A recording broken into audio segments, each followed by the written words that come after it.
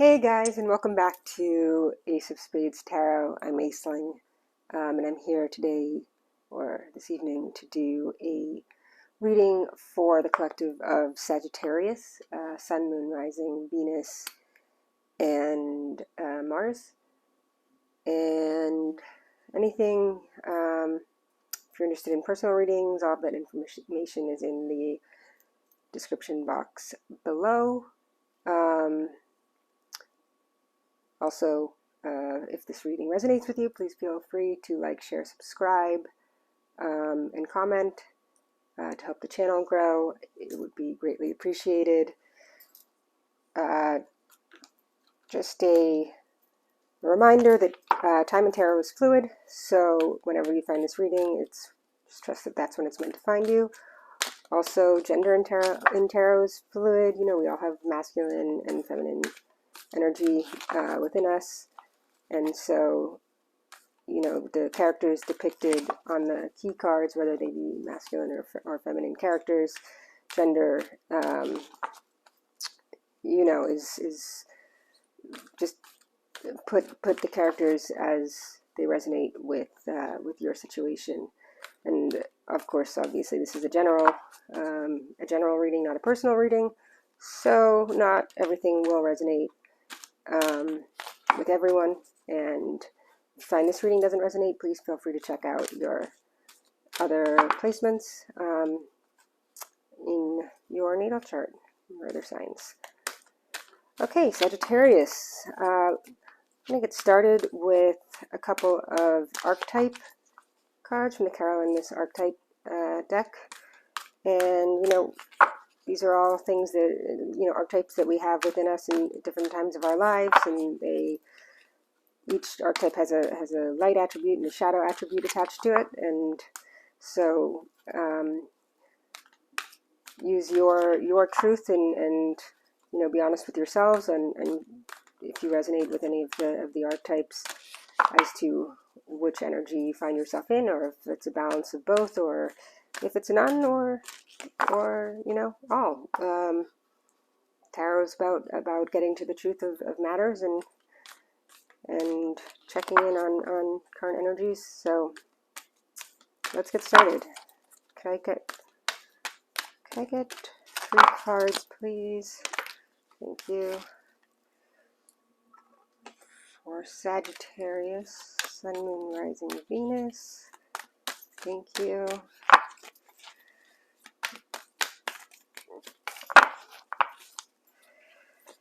Sagittarius, Sun, Moon, Rising, Venus.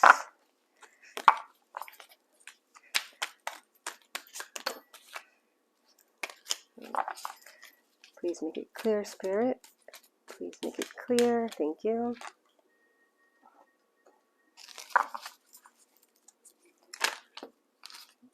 Thank you.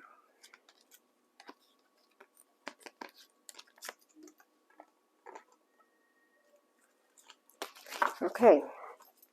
So, we have the slave. Oh, I realized. Let me just light this. I knew something was missing.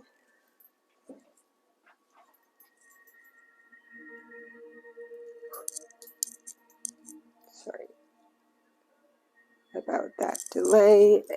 And if I jump up all of a sudden, it means that whatever I have in the oven is burning. So just so you know, don't be alarmed. Okay, so we have slave, scribe, and victim. So the slave, the light attribute is surrendering your power of choice to the divine with complete trust. You know, it's really, really about surrender, which can be a beautiful thing.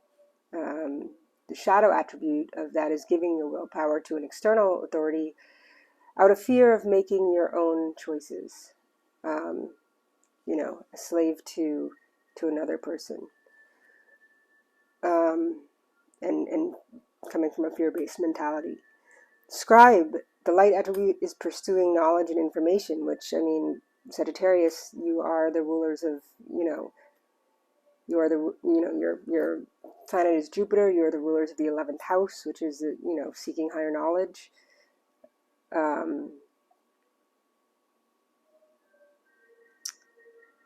I'm sorry, the ninth house. This Mercury retrograde is still messing with me here. It's odd, and it's odd this time. It's like I'm forgetting things that are just I normally would never forget. The ninth house, which is seeking higher knowledge and wisdom beyond oneself, and exploring. The shadow attribute is altering facts or plagiarizing others' works. And then we have the victim, and the light attribute prevents you from letting yourself be victimized or victimizing others. As we say, hurt people. And because perhaps you have been victimized in the past does not make you a victim, nor do you go around, hurting others.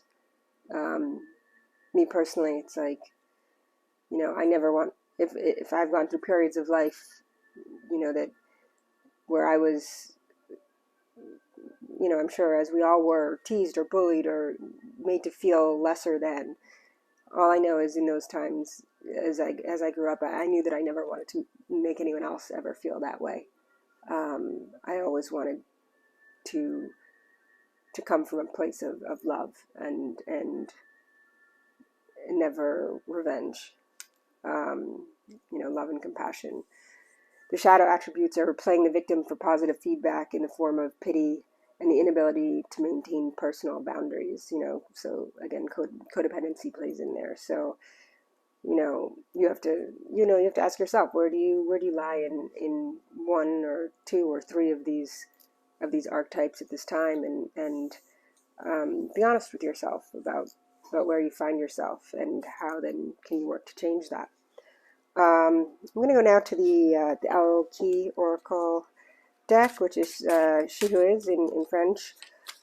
But so yes, it's a feminine character depicted. However, again, take it. We all have feminine and masculine, so please don't take it as a feminine deck. It's about the energy. Can I get a card, please, for, thank you, Sagittarius. Here we go. Oh.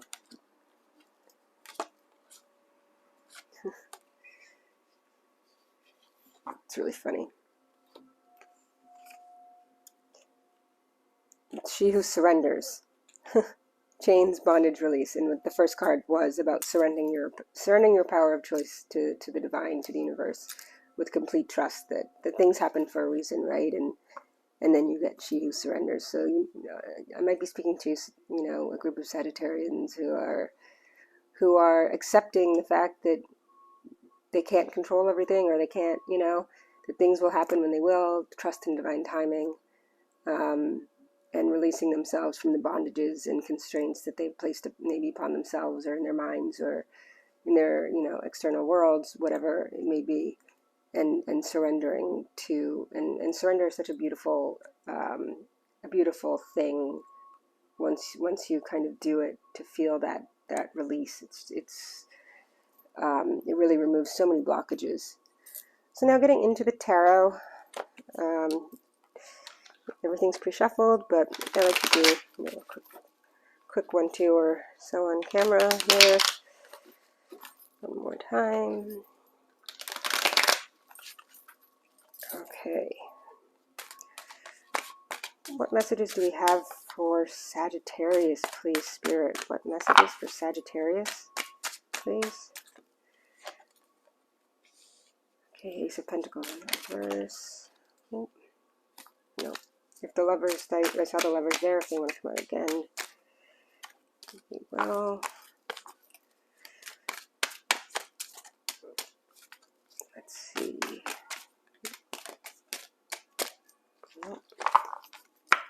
Please make it clear for the Sagittarius whose energy, coming out in reverse again, the Nine of Pentacles. Okay, not panicking yet. Two of Swords. What else for Sagittarius, please, Spirit? Make it clear. What else for Sagittarius? Again in reverse. Wow. And all of these cards are in the upright. The Ace of Wands. Okay, cool. What else for Sagittarius, please, Spirit? What else for Sagittarius? What else? Might have a short reading this time. Sag. Let's see. The Fool. Yep. Okay. That's the energy I was feeling. Okay, let's see what else. Not be surprised to see a Seven of Pentacles, a Three of Pentacles.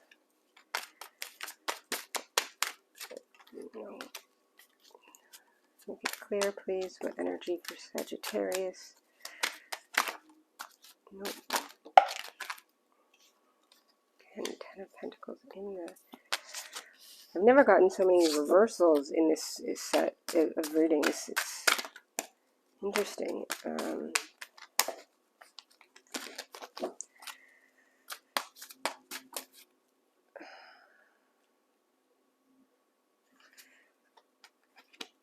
going to leave this one sideways. This came out sideways. Okay, what else?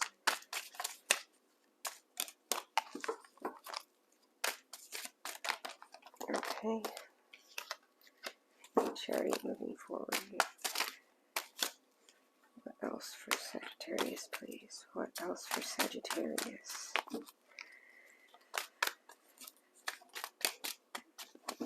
Might be feeling stuck. Going through a period of feeling stuck. Yeah, Knight of Pentacles. Anything else that wants to come out? Thank you. The Sun. Beautiful.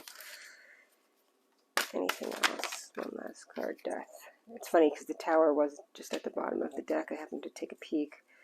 And like I said, I was expecting that Three of Pentacles to come out. I felt it, and there it is at the bottom of the deck. So, let's see. What's going on here?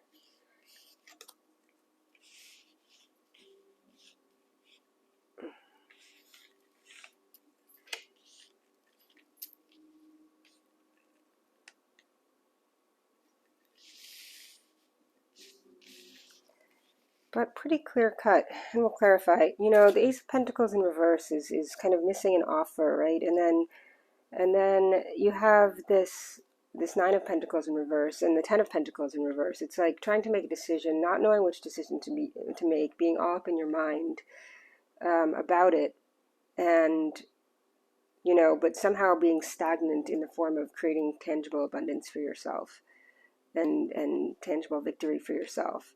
Because I think there needed to be a death of what you thought you needed as abundance.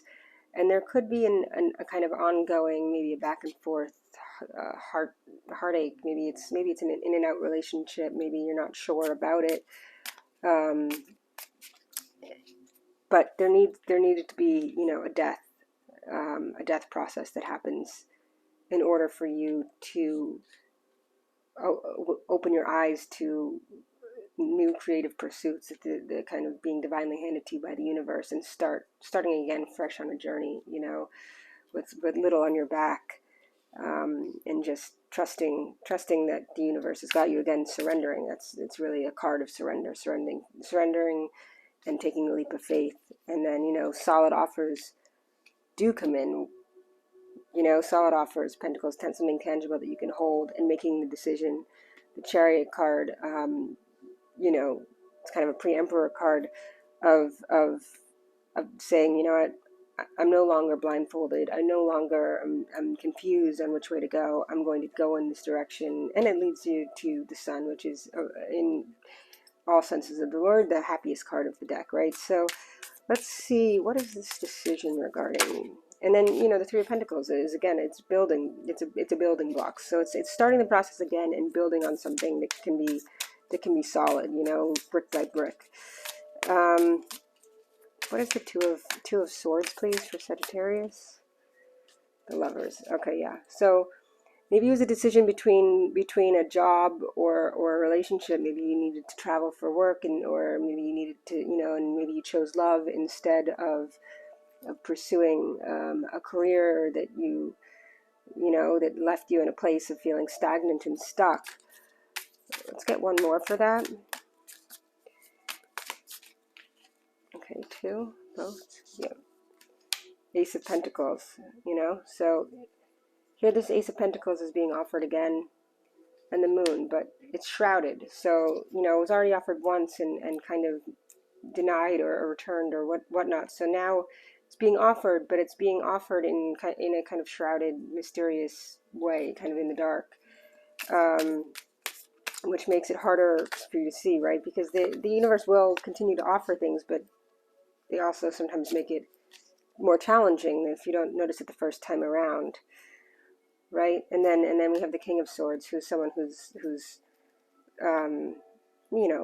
knows his truth. He knows his truth at this point. He's not blindfolded anymore. Again, he understands what he needs to do in order to be fulfilled in his life. What about this Three of Swords?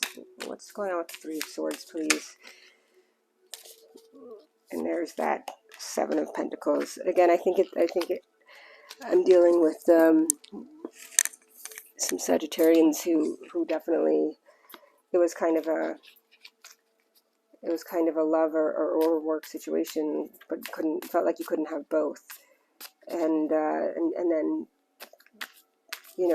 being kind of pushed to the brink and saying, okay, I'm going to diligently work hard towards what's going to make me happy. I'm going to kind of have a death of the ego, if you will, right? Because a lot of this, like, the Six of Wands in reverse is kind of a card about, ego that's more like hubris, right? It's not the healthy ego.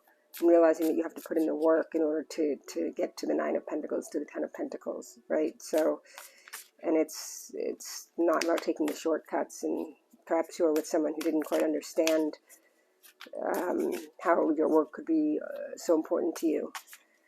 Let's get one more on that, please, Spirit, if we could. Thank you.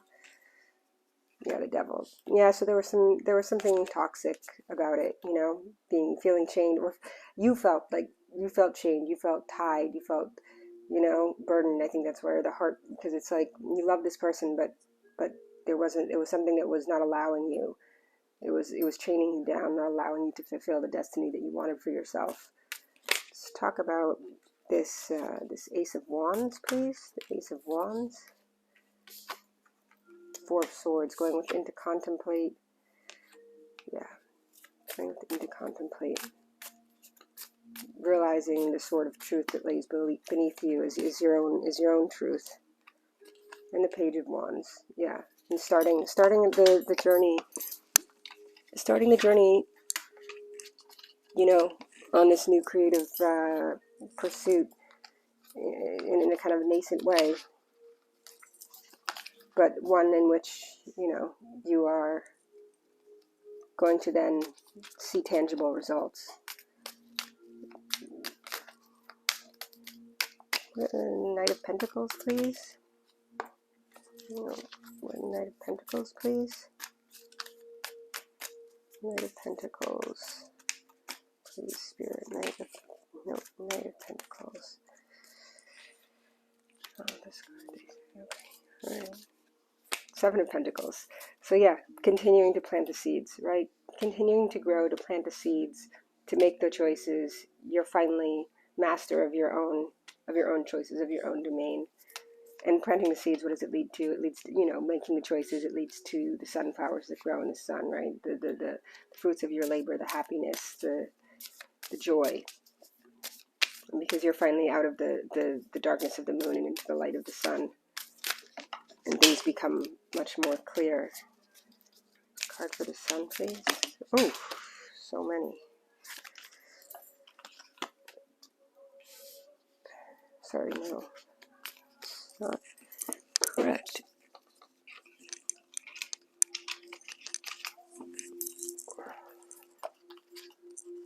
Yeah, there we go. Temperance. Temperance, finding that balance. Finding the balance within, which is really finding the peace, surrendering, and and not being a slave to anyone or to anything, not feeling the victim like I think that you possibly felt in the past, like why isn't anything working out for me, why me, and then realizing I have the ability to change, I have the ability, it's within me to make my choices affect my life, and I can choose where my life goes based on that. Anything else, Spirit? Anything else, Spirit? I saw the 10 of Wands, which is again, the completion of a cycle and laying down burdens. So, let's see, anything else that needs to come out? Wheel of Fortune, card of Jupiter and Sagittarius.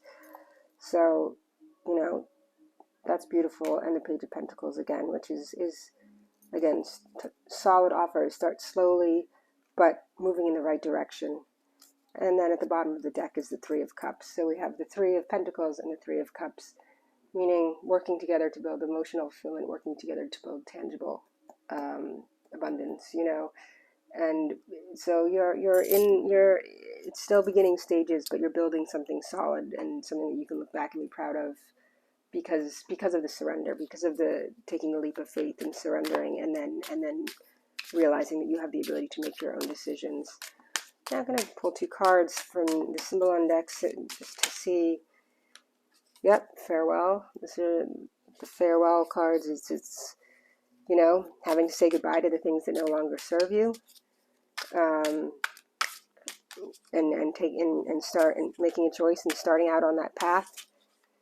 And sometimes that means saying goodbye to loved ones, but it's necessary. And if you haven't done so yet, the card is implying it's time to make amends with the past, say goodbye, and go on your way that is what you need to be going on. No, sorry.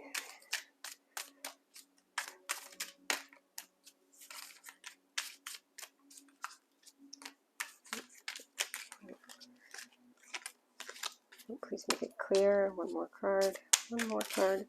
Thank you.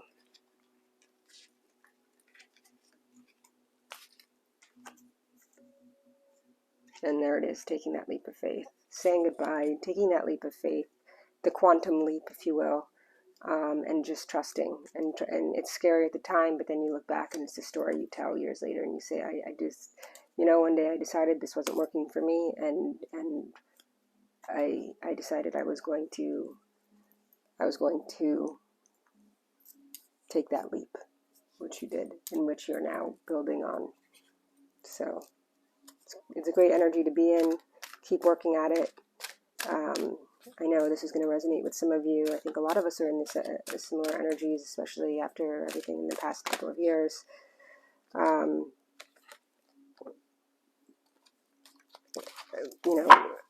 going to go grab a spirit for Sagittarius. What's the best crystal right now that could aid Sagittarius? Some advice. This is Heather Akanasi's crystal inspiration deck. So what is the crystal right now that would best benefit? Iolite. Oh, I love iolite. So iolite, shift your money mindset.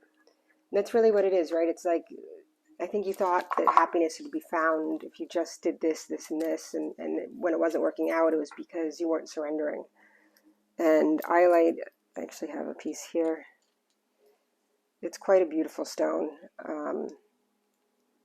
And its energy is really tranquil and peaceful, and it's great for creatives and writers and artists and those going through writer's block, or feeling blocked. Just the gentleness of it, but also the power of it is something that I